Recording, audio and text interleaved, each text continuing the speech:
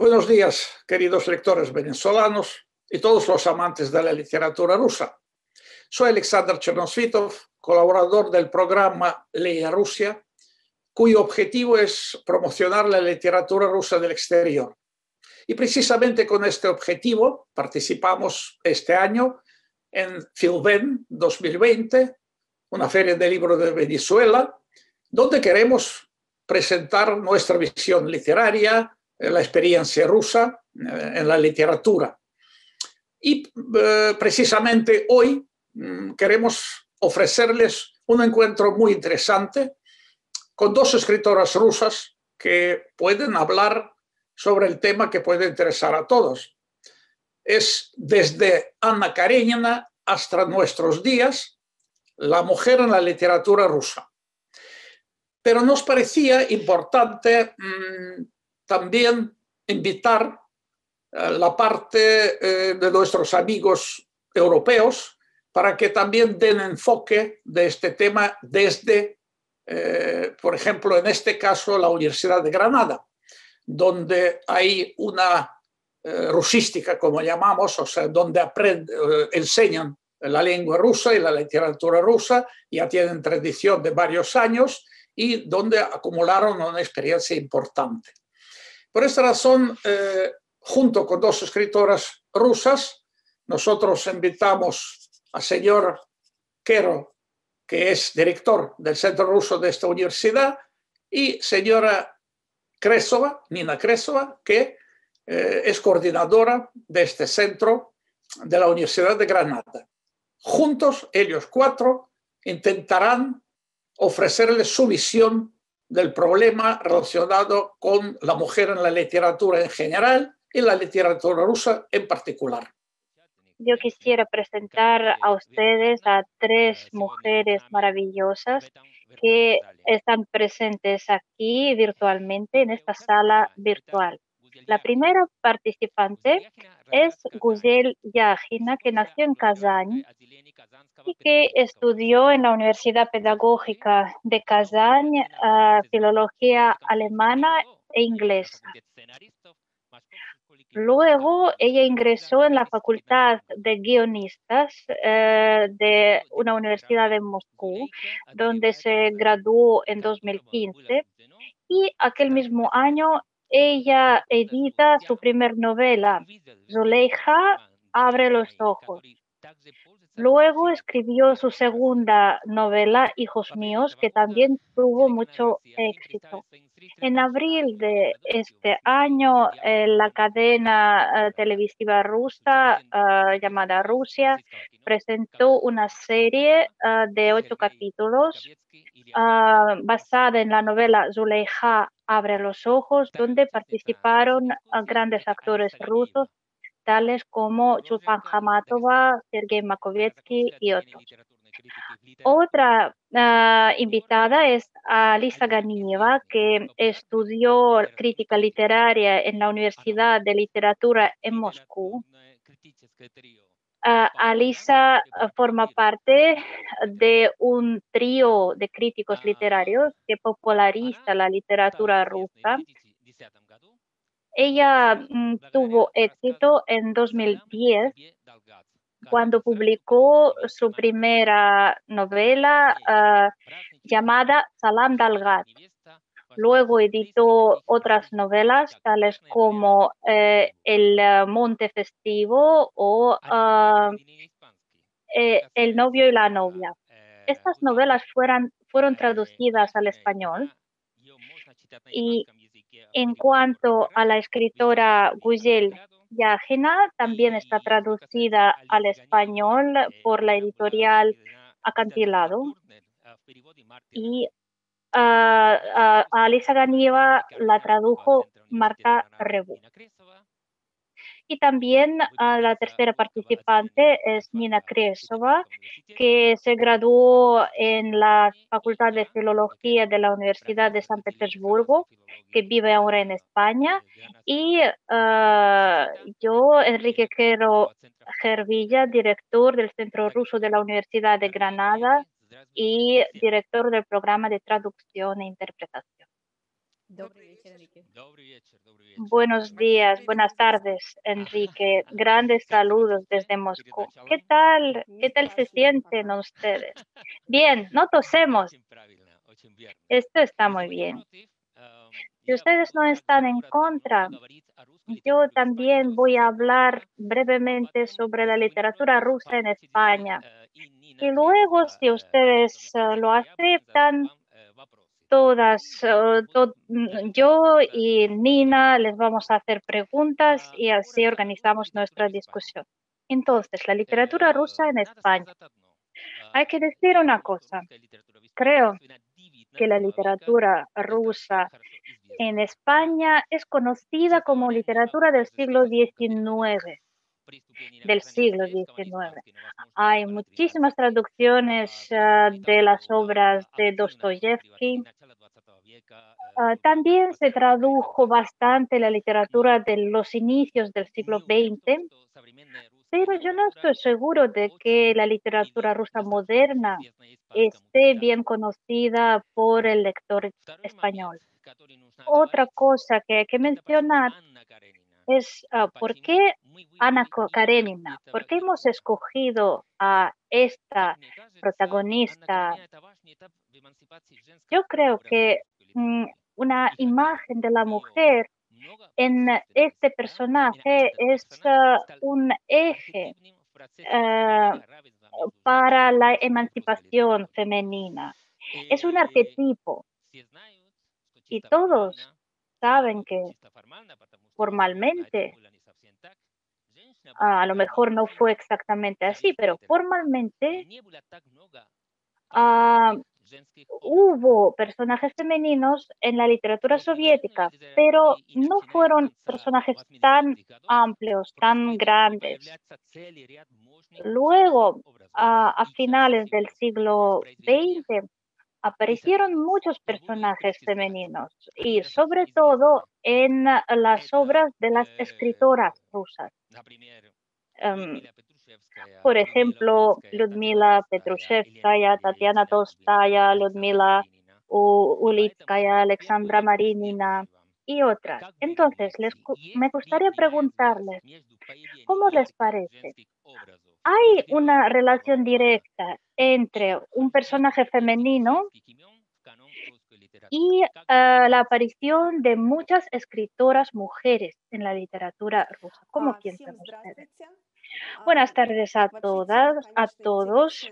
Es un tema muy interesante porque las heroínas en la prosa rusa son muy interesantes y evolucionan. Y en las últimas décadas evolucionan de una manera importante. Lo que pasó antes con las heroínas de la prosa europea. Primero, en la literatura del siglo XIX, una mujer se consideraba como un objeto, más bien. Por ejemplo, la novela del escritor Karamzin, La pobre Lisa, del siglo XVIII, inicios del XIX. Es como un objeto y luego como las heroínas de la obra de Lermontov, a las mujeres que se enamoran, que pasan por varias tentaciones. Y claro que esto está relacionado con la situación histórica. Había esclavitud de gleba y había nobles a los que pertenecían sus campesinas, sus esclavas. Y yo creo que había como una crisis, una doble intención. Por un lado, había tentación de enamorarlas, de quizás tener hijos con estas mujeres, pero por otro lado querían introducirlas en sus novelas. Y entonces yo creo que Ana Karenina realmente es como el primer paso para ver a la mujer desde otro punto de vista. Ana Karenina no es una mujer religiosa, no se parece a la famosa Tatiana Larina, la heroína de la obra de Pushkin, Yevgenia Onegin, pero es una mujer, Tatiana Larina es una mujer que se enamoró del protagonista, pero él no le contestaba, no sentía amor por ella, pero cuando ella se casó, él sí se enamoró. Y ella le negó el amor porque estaba casada. En cambio, Ana Karenina no cumple las normas sociales y religiosas. Ella no hace caso a lo que dice la gente, la sociedad, la alta sociedad, se enamora y se va con la persona que ama, pero luego muere. Y parece que la única salida para una mujer que se dio a su sentimiento, que quiso cierta libertad de elección, al final ella llega a la muerte, al suicidio, porque peca. También hay que mencionar a otra heroína, a otra personaje de la obra de Ostrovsky. La obra se llama La tormenta, y la heroína también muere. También podemos recordar a Sonia Marmeladova, a la personaje de la obra de Dostoyevsky, Crimen y Castigo, que peca pero se arrepiente. En cambio, Ana Karenina no se arrepiente. Ella hace lo que cree que hay que hacer, pero la vida luego le juega una mala pasada. Yo soy autora de prosa. Luego hablaremos con Guziel Yagina cómo nosotras trabajamos con este tema, con el tema femenino. Claro que con el tiempo todo se hace siempre más interesante. Usted ha mencionado la literatura soviética. Sí, hay muchas mujeres en la literatura soviética, pero las mujeres son camaradas, son compañeras, también son madres. Este rol no puede desaparecer. Aparecen muchas imágenes simbólicas, una gran mujer, una gran madre, y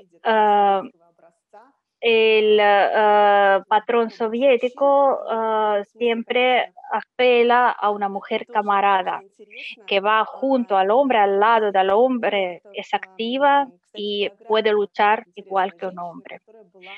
Hay, yo dediqué bastante tiempo y al final edité un libro sobre una mujer bastante famosa en Rusia, Lilia Brick.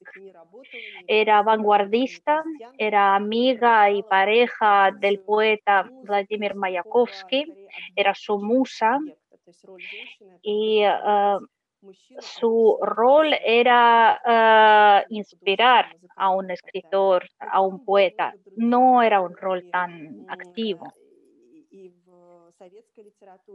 Pero en la literatura soviética había bastantes escritoras mujeres y en los últimos años, como en todo el mundo, podemos ver una ola de mujeres que hablan de feminismo, de la situación de la mujer y en general de la cuestión de género. Es una cuestión popular y para mí ha sido un tema muy interesante porque cuando hace 10 años yo empecé a escribir, yo edité mi primer libro sobre un seudónimo masculino.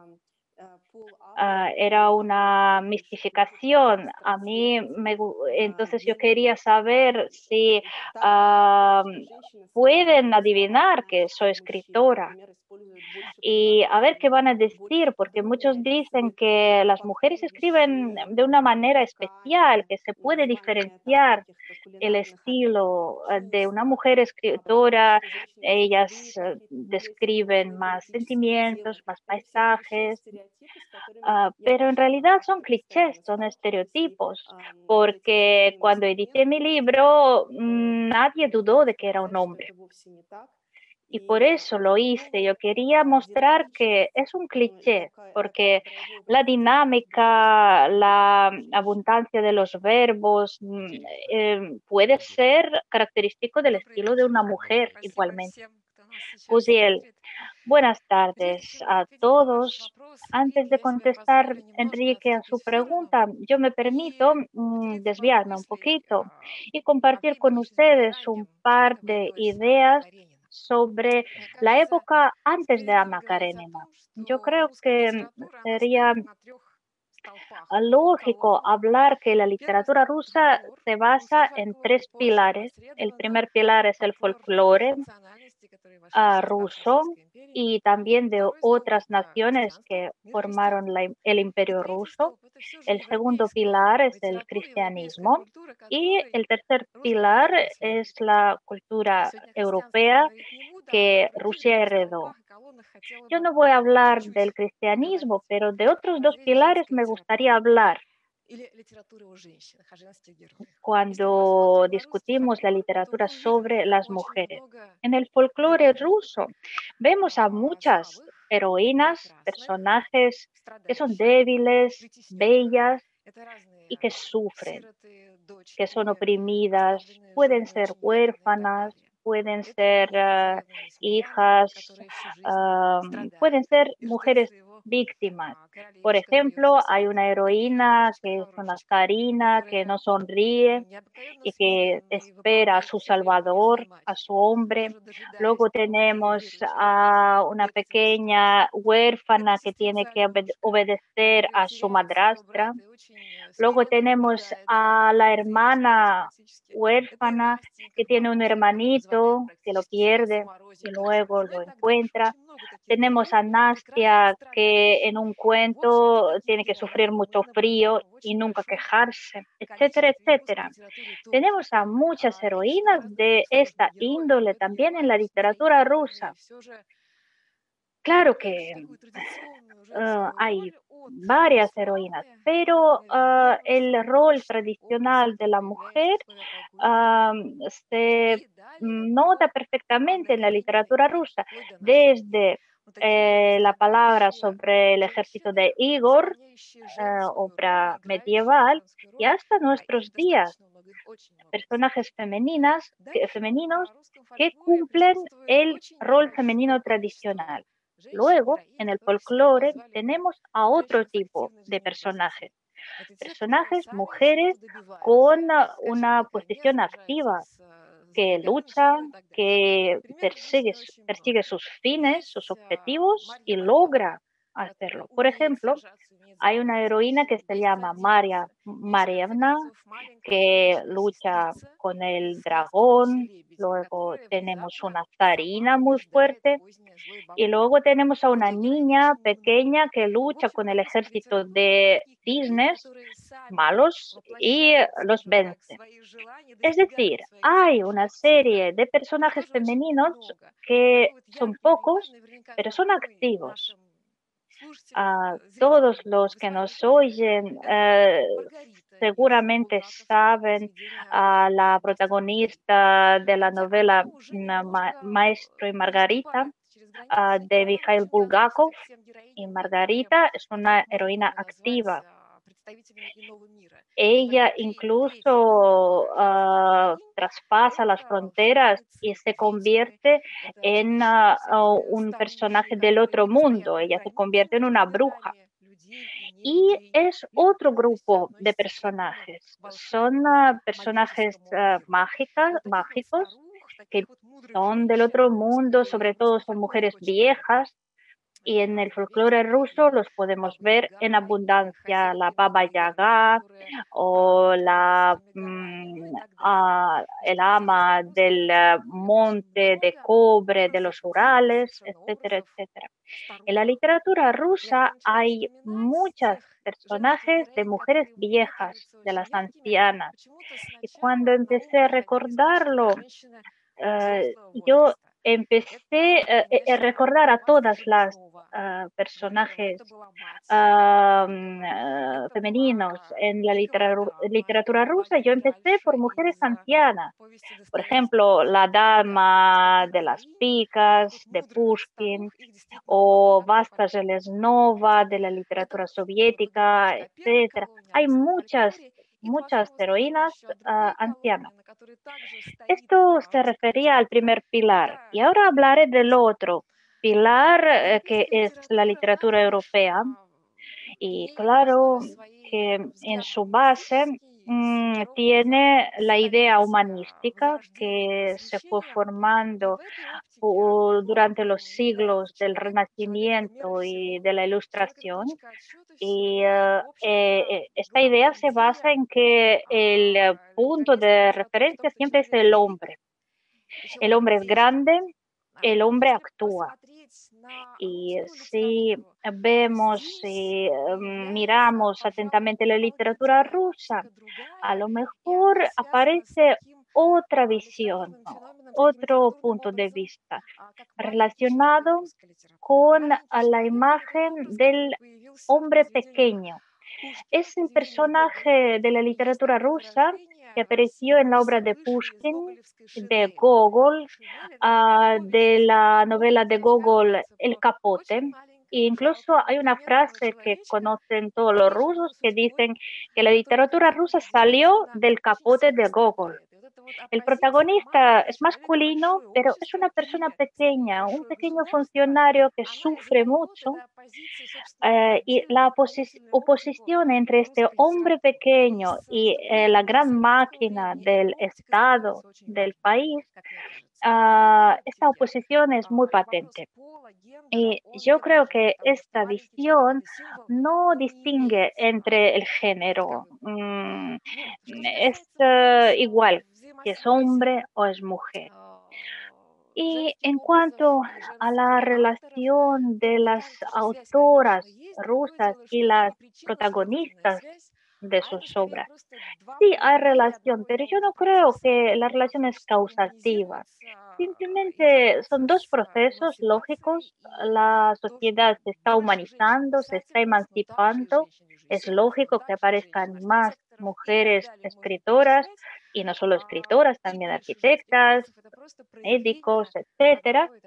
Y claro que aparecen más imágenes de protagonistas femeninas. Gracias, Nina. Muchas gracias, Guziel y Alisa. Muy interesante lo que ustedes dicen. Muy interesante la idea sobre el folclore. Sí, yo creo que en el folclore ruso me parece que hay bastantes personajes activos. Por ejemplo, el cuento sobre Masha y los osos, muy famoso, es una chica activa. Cuando yo estoy pensando en los personajes históricos fuertes y activos, me parece que en la literatura, en la historia rusa hay más mujeres que sí que lucharon, que guiaron, que eran activas y son más que en que en la historia española. Sí, Enrique está de acuerdo. Es interesante, sería entonces crítica literaria comparativa. Pero hablando de nuestro tema, me gustaría preguntarle si pensamos en las heroínas, tales como Ana Karenina o como Margarita de Bulgakov o como Ada de Nabokov. Son heroínas que son grandes, son del primer plano. En el cine dirían que la cámara las sigue.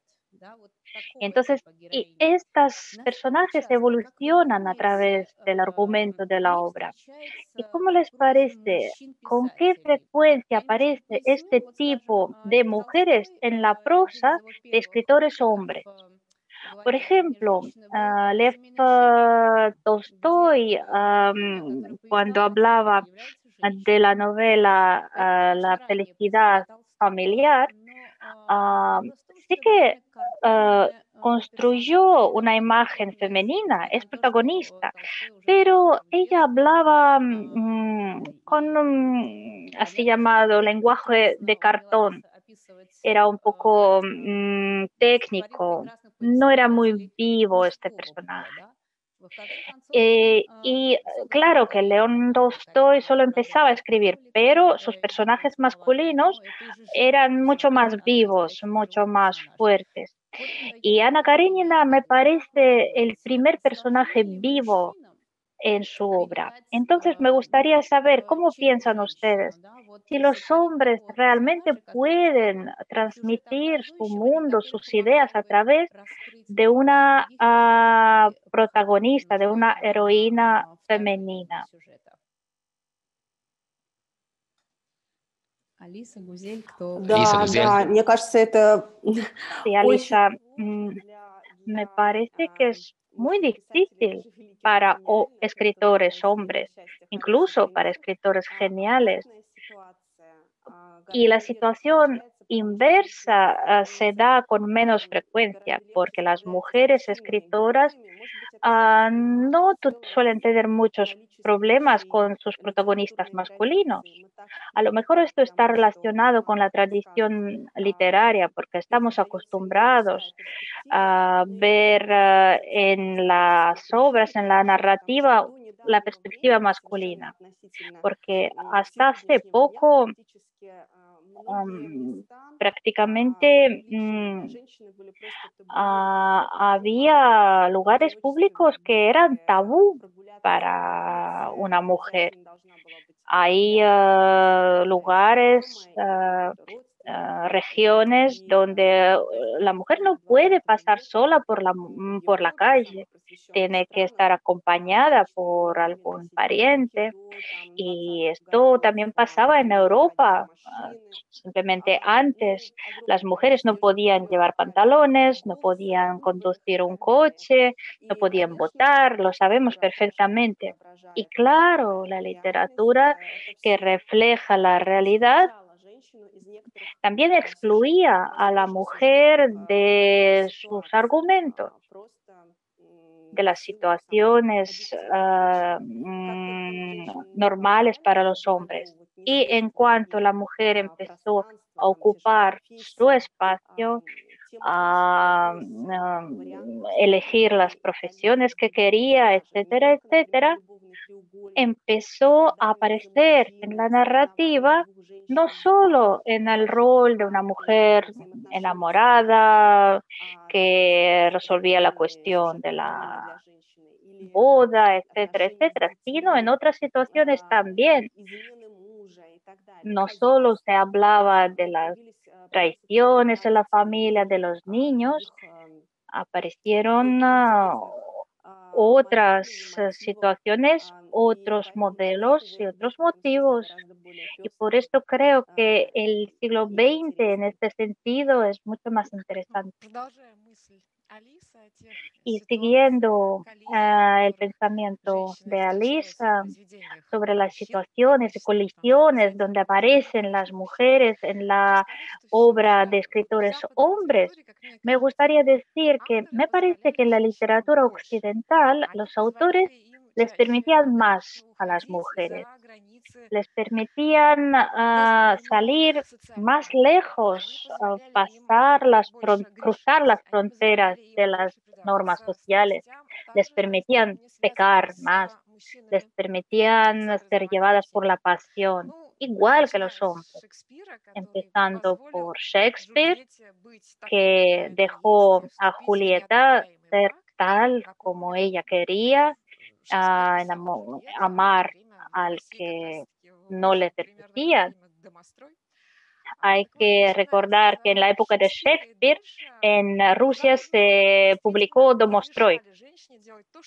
Bueno, es una buena comparación. Entonces yo creo que en Europa se permitía más a la mujer.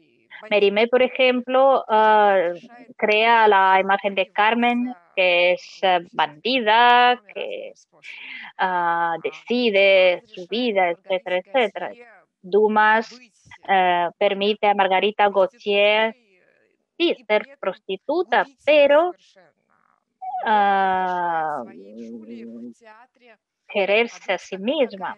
Moem le permite a su Julia ser tal como ella es, hipócrita, egoísta, etcétera, etcétera. Me parece que este permiso, entre comillas, es más importante en la literatura europea.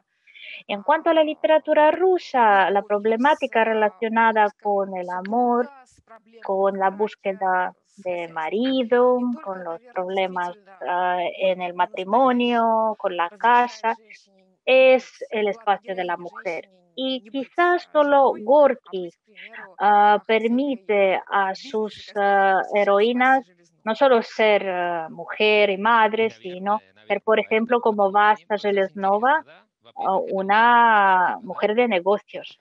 Claro, yo creo que esto es una perspectiva masculina, porque yo, por ejemplo, a veces como hombre, a veces lo dudo, porque con mucha frecuencia los escritores rusos, y no solo rusos, crean un personaje muy fuerte, por ejemplo, Sorokin o Lolita de Nabokov.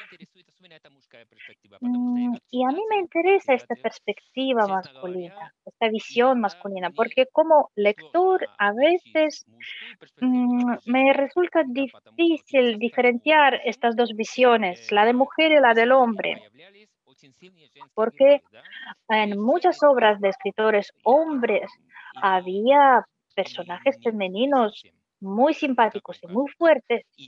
¿Cómo les parece? ¿Hay diferencia entre estas perspectivas?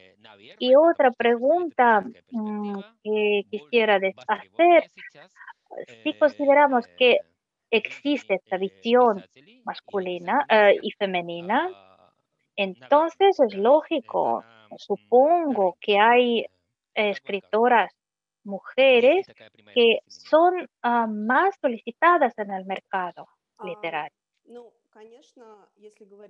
Bueno, hablando de la literatura grande, siempre nunca es literatura de género o uh,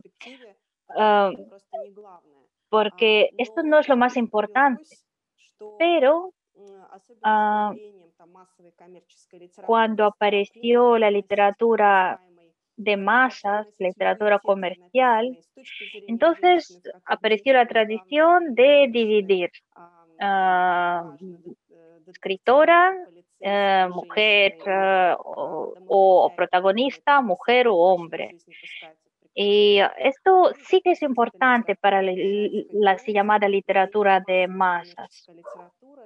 O la prosa femenina, dicen. También es literatura de masas. Y yo creo que esto no solo se refiere a Rusia, esto existe en los mercados de libros en muchos países. Porque la literatura de élites, la literatura grande, no piensa en si es hombre o mujer, habla de la persona en general, hombre en general. Pero las historias femeninas más bien son típicas de género más bajo. Pero en realidad todo es más complicado. Como ya hemos dicho, en la literatura soviética podemos encontrar una serie de novelas biográficas sobre las mujeres reales que eran soldados, que eran oficiales, que trabajaban en las fábricas, que eran pilotos, y que son protagonistas. Y para ellas su vida personal, su vida de mujer no es lo más importante en la vida. Y ah, el- porque antes sabemos, ah, aparecían las mujeres como madres, como objeto de amor o como una anciana del otro mundo en el folclore, por ejemplo, o la así llamada la mujer que tienta a los hombres, que enamora a los hombres. Esta tradición todavía sigue incluso en la literatura moderna, a pesar de que en todo el mundo está muy bienvenida la visión femenina. Ahora, a los que escriben siempre quieren introducir a las heroínas que no solo son amantes, no solo son madres, sino que piensan, que dan su opinión sobre la política. Sí, yo también, mientras escuchaba a Lisa, estaba pensando en que hace poco, en 2017, a Rusia llegó Robert McKee, el gurú del storytelling. Él habló de las protagonistas femeninas y él dijo que ahora están bienvenidos, más famosos, los autores que saben sentir desde la visión femenina y masculina. Y si ustedes me permiten, Enrique, yo he hecho algunos cálculos y me gustaría compartir con ustedes estas cifras. Ya que hablamos de las autoras, escritoras, mujeres, yo he visto los laureados del premio Stalin en el ámbito de literatura y arte. ¿Cuántas mujeres había? Yo no he mirado la cantidad de otorgamientos del premio, simplemente la lista de la gente que recibía este premio. Entonces, durante la Rusia soviética, el premio Stalin fue recibido por 132 personas, entre ellos 14 mujeres, más de un 10%. Pero entre estas mujeres solo había dos escritoras. Otras eran bailarinas, actrices, cantantes y directora de cine documental. Y solo dos mujeres escritoras, Vera Panova y Mariana Vasilievskaya. Es la estadística de la primera mitad del periodo soviético. Luego he empezado a mirar la estadística del premio Nobel, cuántos son hombres, cuántas son mujeres. Y este premio se otorga solo una vez a una persona. Y, son 117 laureados y las mujeres son 16, un 13%. Estas 16 mujeres aparecían desde el año 1991, no, 1909, el primer premio para Selma Lagerlöf, pero luego entre una mujer y otra los periodos de tiempo eran muy largos. Así es la estadística sobre el premio Nobel. Y ya que hablamos de los premios, he decidido calcular a los laureados del premio Gran Libro, en ruso Bolshaya Kniga. Es un premio prestigioso para Rusia. Entonces, en general, este premio se otorgó 43 veces. Habló del primer, segundo y tercer lugar. Y de estos 43 veces, solo 8 mujeres lo recibieron, un 18%. En realidad, esta estadística es un poco triste. Es interesante, pero triste. En España hablamos mucho sobre este tema. Hay que compensar, ya es hora de compensar, porque cuando las mujeres reciben un premio, siempre es merecido y hay que trabajar, hay que esforzarnos para que el rol de la mujer en la sociedad cambie. Y en España es una tendencia muy fuerte, muy potente. La cuestión de género es súper actual en España, en todos los ámbitos, no solo en la literatura. No estoy segura de que en Rusia sea igual de actual. Yo voy a Rusia con frecuencia y no veo la misma importancia. Y cuando les cuento a los rusos que en España la cuestión de género es la primera, es súper actual, mucha gente se asombra. Por esto yo creo que hay que pensar, hay que esforzarse. Y creo que esta es una buena posibilidad. Sí, Nina. Enrique, yo también puedo comparar la actualidad rusa y española. No comparto tu opinión del todo, porque me parece que en Rusia en general la percepción de la cuestión de género tiene otra visión. La problemática es un poco diferente, pero la realidad acaba haciendo su influencia, porque hay muchas mujeres escritoras en España que son muy populares, que entran en el top 10, pero en Rusia pasa lo mismo. Hemos hablado del teatro ruso y entre los escritores que escriben para el teatro hay más mujeres que hombres, así nos contó Andrei Moskvin. Por esto yo estoy de acuerdo con Alisa y con Guziel. Esto está relacionado con el hecho de que la mujer puede hacer un personaje masculino o femenino con más facilidad que el hombre. Quizás es por tradición, porque estamos acostumbradas a mirar al mundo con ojos de hombre. Esto era muy normal para las escritores del siglo XIX, a través de los ojos del hombre.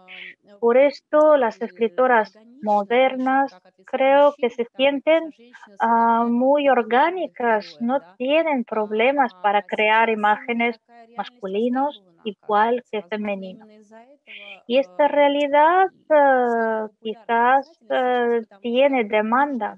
Por esto hay tantas escritoras que se hacen populares, porque el lector quiere personajes de ambos géneros. Y ahora el peso de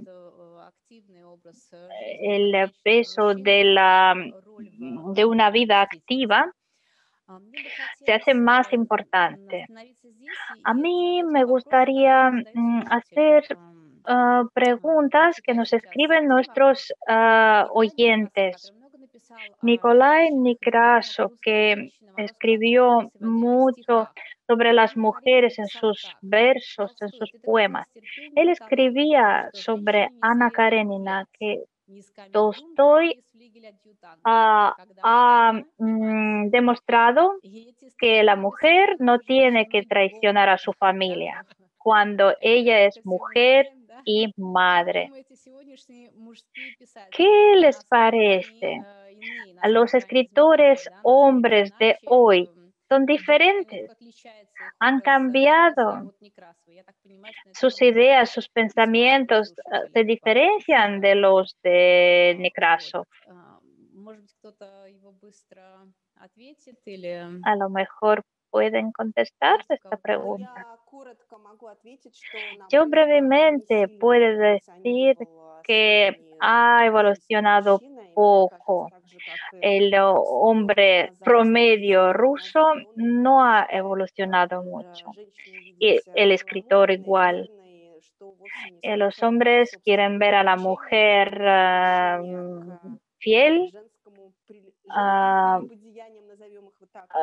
que no traiciona, que no acepta la infidelidad, y hay que añadir que las mujeres modernas todavía siguen sufriendo por la violencia familiar, de hogar, y hay mujeres que no las entienden.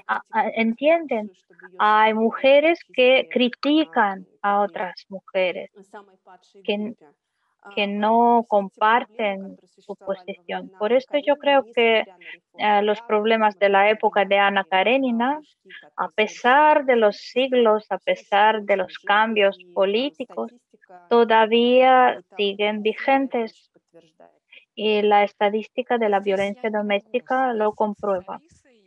Guziel, en esto no puedo estar de acuerdo. A mí me parece que en los últimos 100 o más de 100 años en Rusia sí ha cambiado mucho la correlación de los roles masculinos y femeninos. En primer lugar, el voto femenino.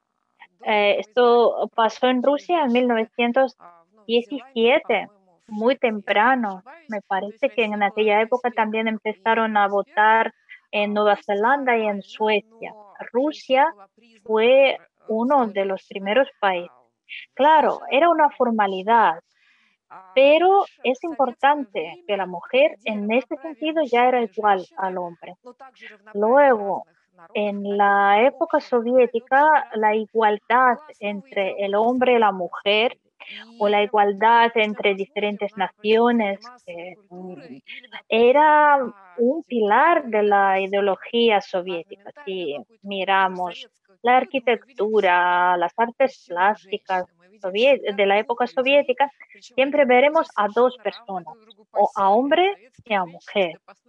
Y las mujeres rusas eran muy fuertes, muy potentes, tenían sus músculos. Incluso si lo ven en el metro, las mujeres tienen en sus manos las herramientas iguales que los hombres. Y esta idea tuvo su culminación en la escultura de Mújina, el obrero y la mujer colchosiana.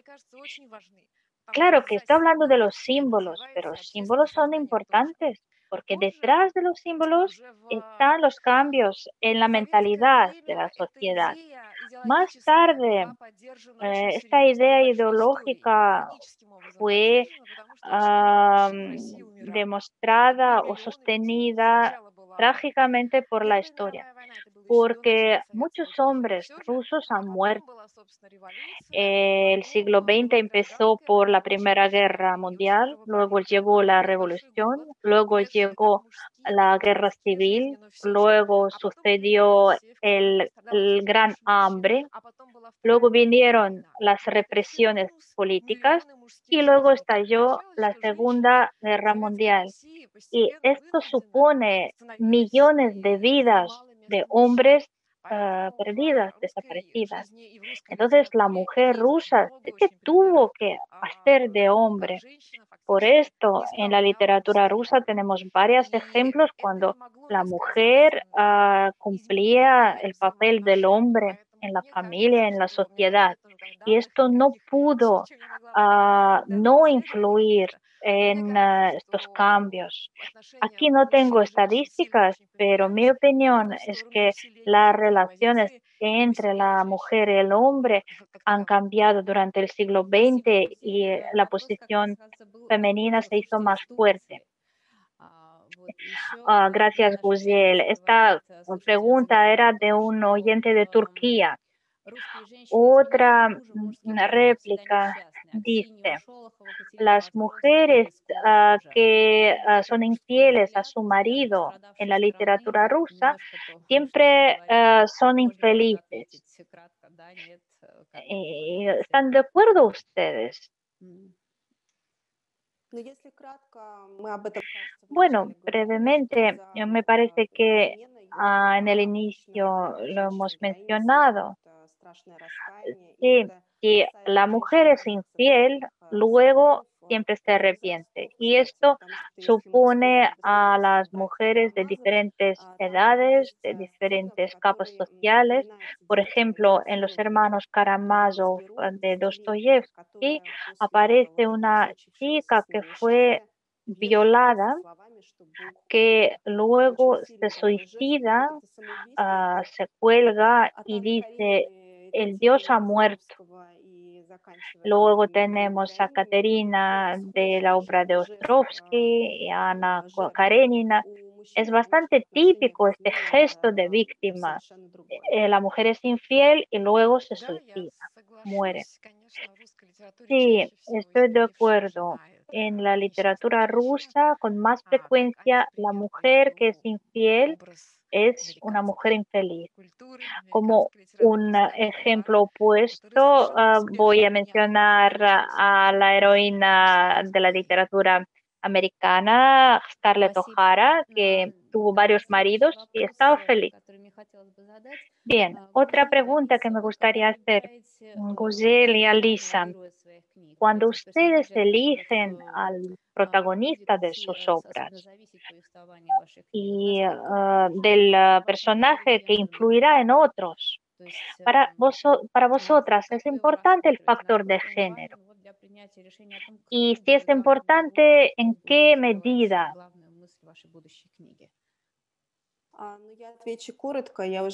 Bueno, yo diré que yo empecé a escribir narrativa con el seudónimo de un hombre y yo tenía más personajes masculinos porque la realidad que yo describía me dictaba esta visión masculina. Yo escribía sobre el Cáucaso del Norte, donde nací, y allí hay muchas esferas de la vida que están poco accesibles para la mujer. También me fijaba en las particularidades del lenguaje y en este sentido era más interesante hablar desde los personajes masculinos. Así mis personajes podían moverse por la ciudad, hablar de diferentes temas, de la religión, de la política, etcétera, etcétera. Entonces esta narrativa mía primeramente reflejaba lo que en la época soviética decían los deseos hortera de la mujer. Y claro, las mujeres que aparecían en mis obras eran así, pero porque era así, no porque las mujeres querían ser así. Simplemente la mujer podía estar en casa o tener un pequeño negocio, por ejemplo, de belleza o pequeñas tiendas y nada más.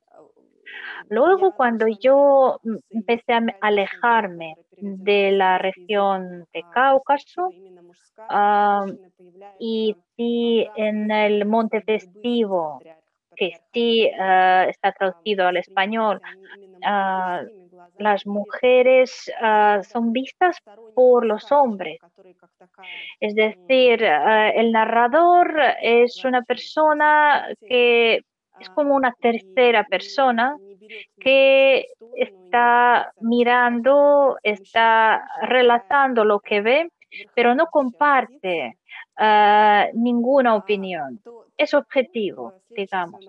Pero luego en mi otra novela, El novio y la novia, que todavía no está traducida a otros idiomas, yo voy alternando la visión masculina y la visión femenina.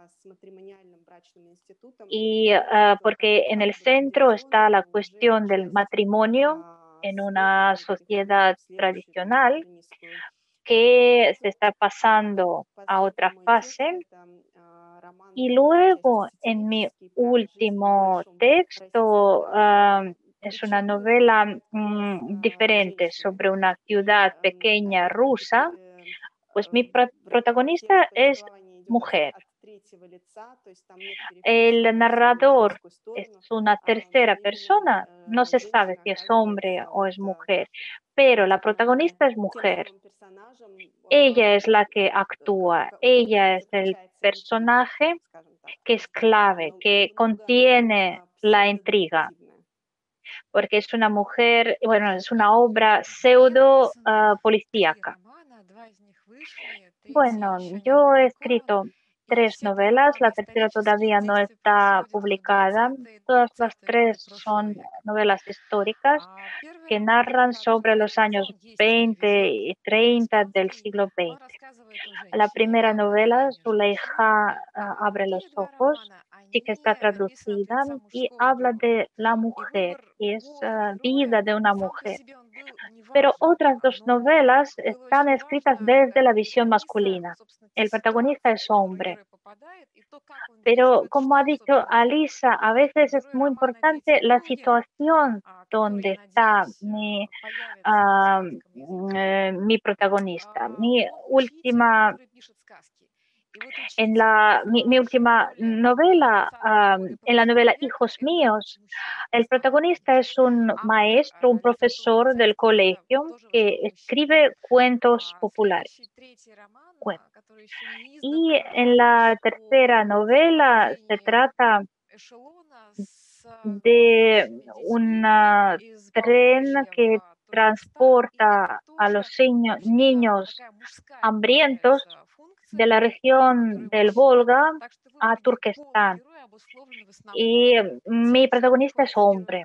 Entonces el género de mi protagonista más bien es elegido a través de la situación, a partir del trama. Y por esto elijo al hombre o a la mujer. Yo sí he leído El Monte Festivo, también Zuleija abre los ojos. Me gustaron mucho los personajes femeninos, me parecieron muy fuertes. Entonces, ¿qué les parece? ¿Qué les influyó más en la creación de estos personajes? ¿Qué influencias hubo? Porque para la prosa, la narrativa española, no son personajes típicos. Bueno, en mi caso, la influencia es más bien de mujeres reales.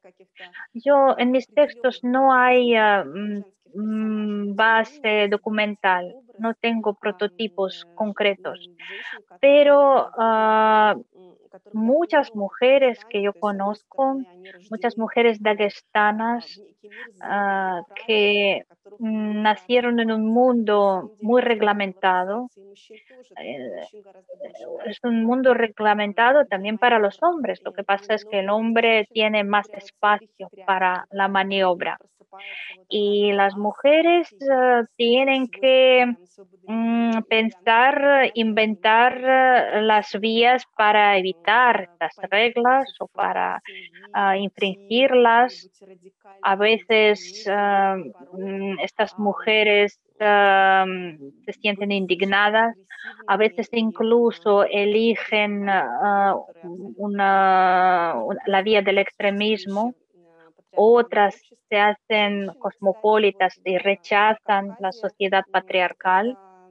En Cáucaso, a propósito, las mujeres son, yo diría, el carácter de las mujeres es más variado. Hay muchos tipos de mujeres que no coinciden con el estereotipo de una mujer oriental.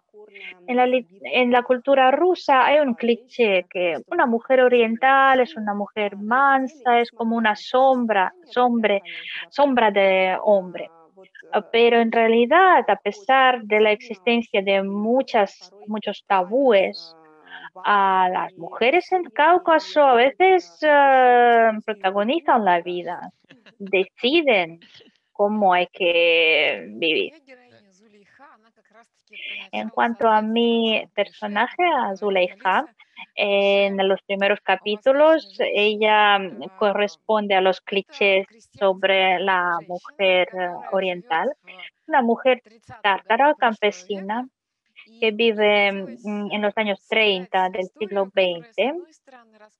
Y yo creía crear una historia que hablara de los acontecimientos históricos concretos sobre cómo empezaron las represalias políticas ah, para los campesinos ricos en la Unión Soviética. Yo quería contar esta historia, pero por otro lado, yo quería contar cómo la vida de una mujer se desarrolla desde un pasado común, un pasado patriarcal, hacia el día de hoy.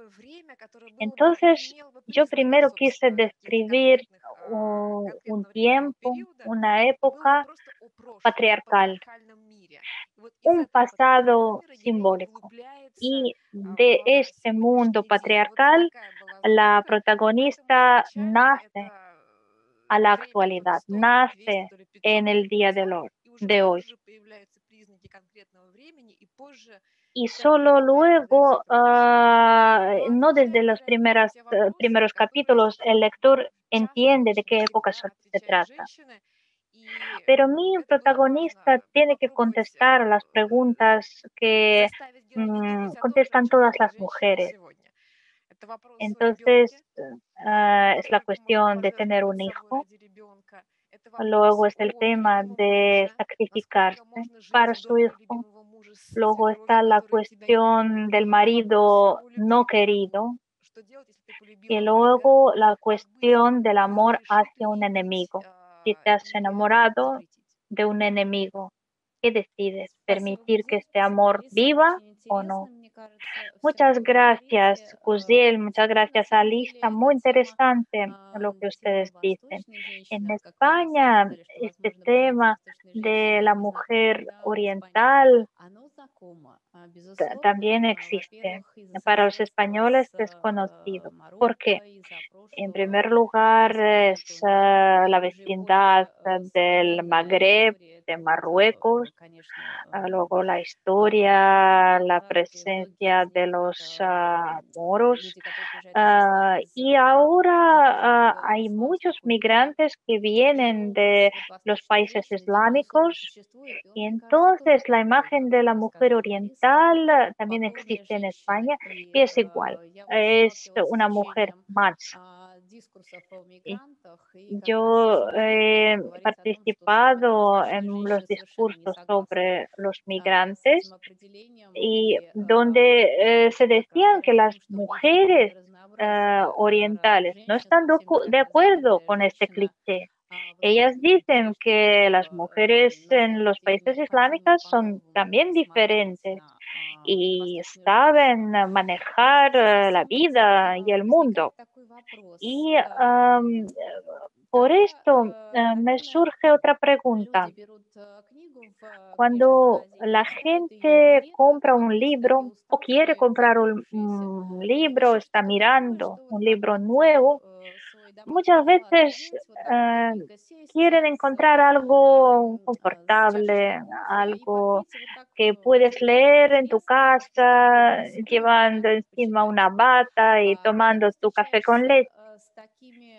Y cuando tú ves un libro como el de ustedes, el libro de Alisa me asombró cuando empecé a leer Salam Dalgat, el mercado oriental, estos sonidos. Este libro me pareció muy fuerte. Yo estuve muchas veces en Tiflis, en Tbilisi, y yo reconocí este ambiente. Entonces, esta realidad de Dagestán o una realidad de Tatarstán no es nada común, no es nada conocido por el lector europeo.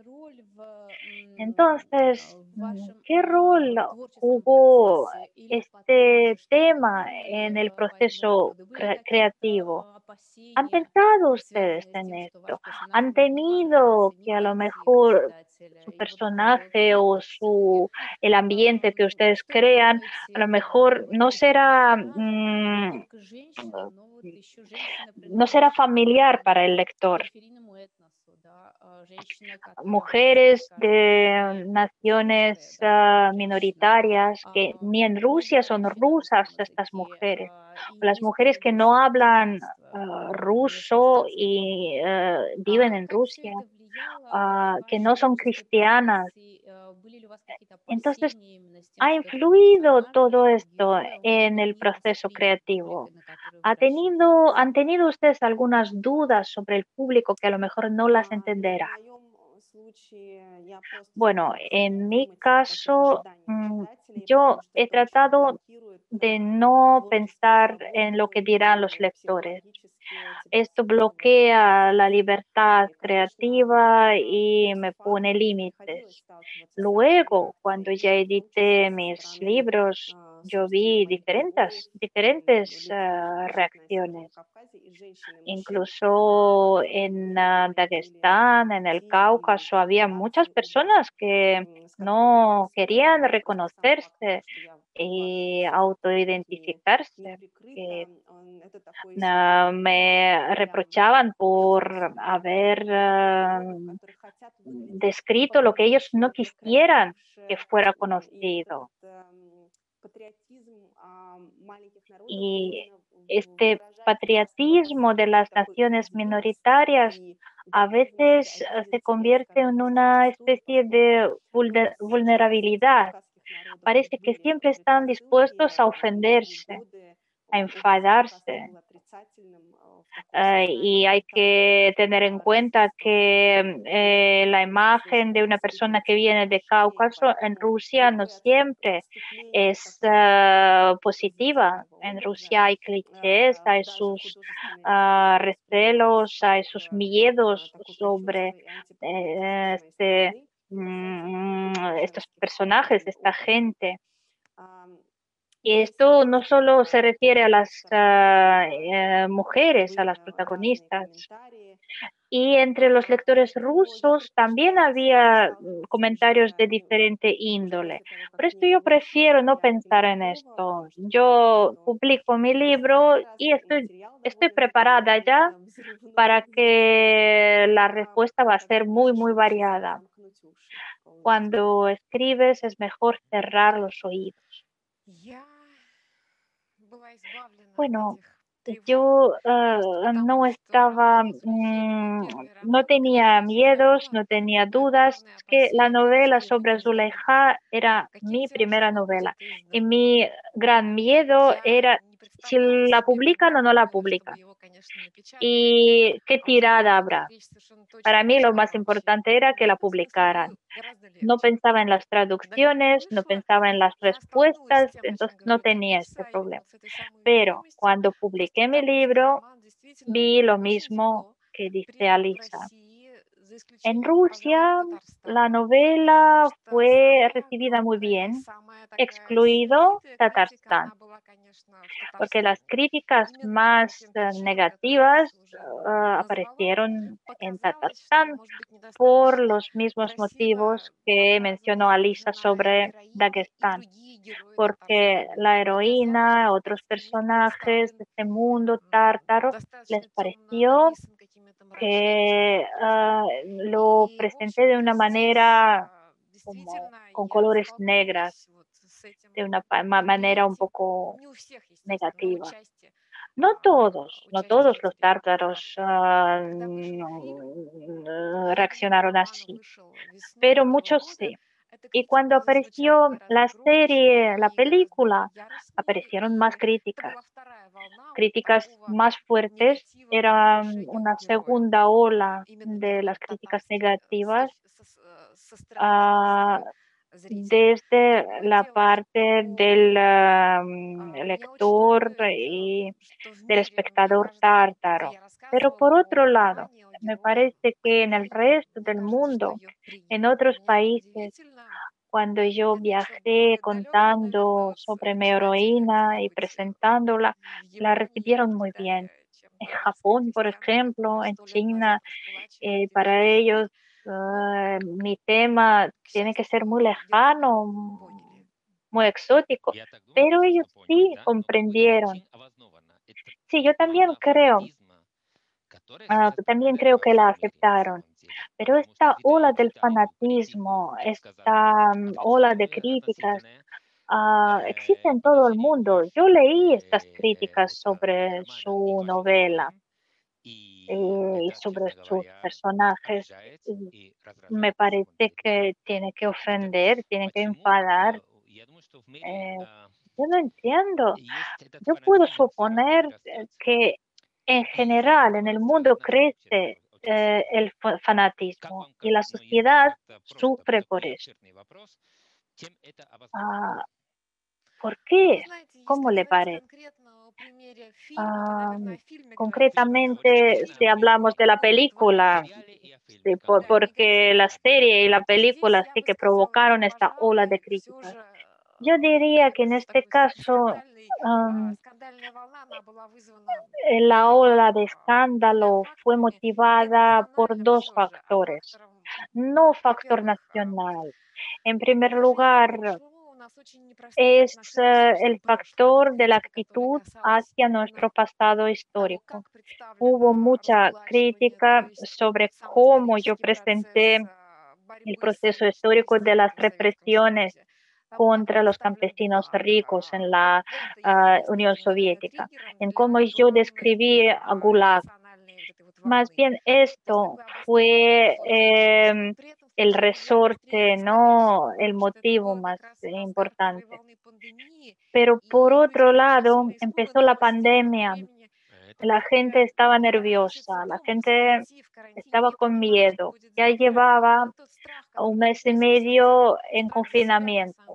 Y entonces este miedo que tenían acumulado se reveló en sus opiniones negativas contra la película. Y solo en el último lugar está el factor nacional. Sí que también está presente, pero no es el más importante. Gracias, Guziel. Gracias, Alisa. Tenemos que terminar. Tenemos unas cuantas preguntas.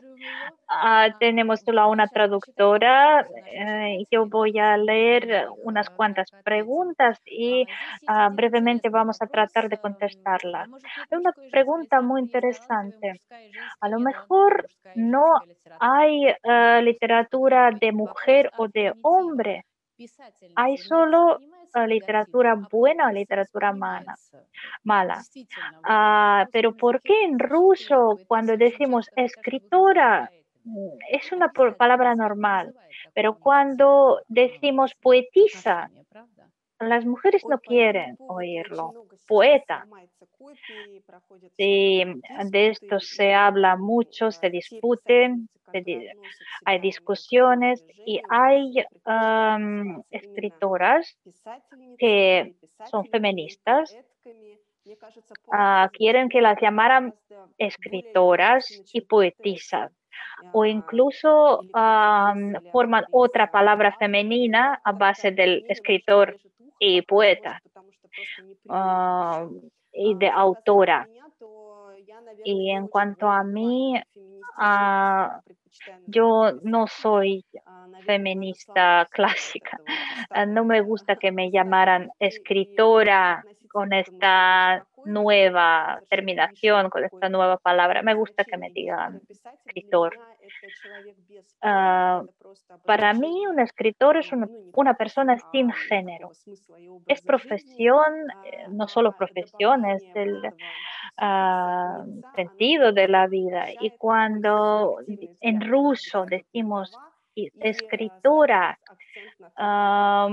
Esto subraya el hecho de que soy mujer. Entonces, yo más bien estaré de acuerdo con el que ha dicho que da igual el escritor es hombre o mujer. Hay buena literatura y mala literatura. Sí, yo también estoy de acuerdo. Yo veo con mucha tranquilidad estos nombres, escritor, escritora, me da igual. En español es súper actual. No vamos a proliferarnos en este tema, pero en español ahora siempre tienes que decir escritor o escritora, compañero, compañera, siempre hay que subrayar el género femenino. Pero ya es otra cosa. En España es súper actual. Estoy leyendo más preguntas.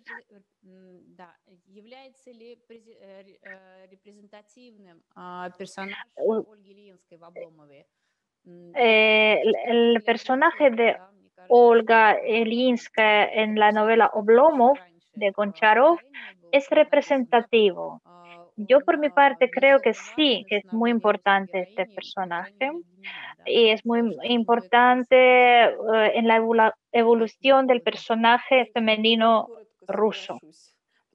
Sí, Alisa, yo estoy de acuerdo.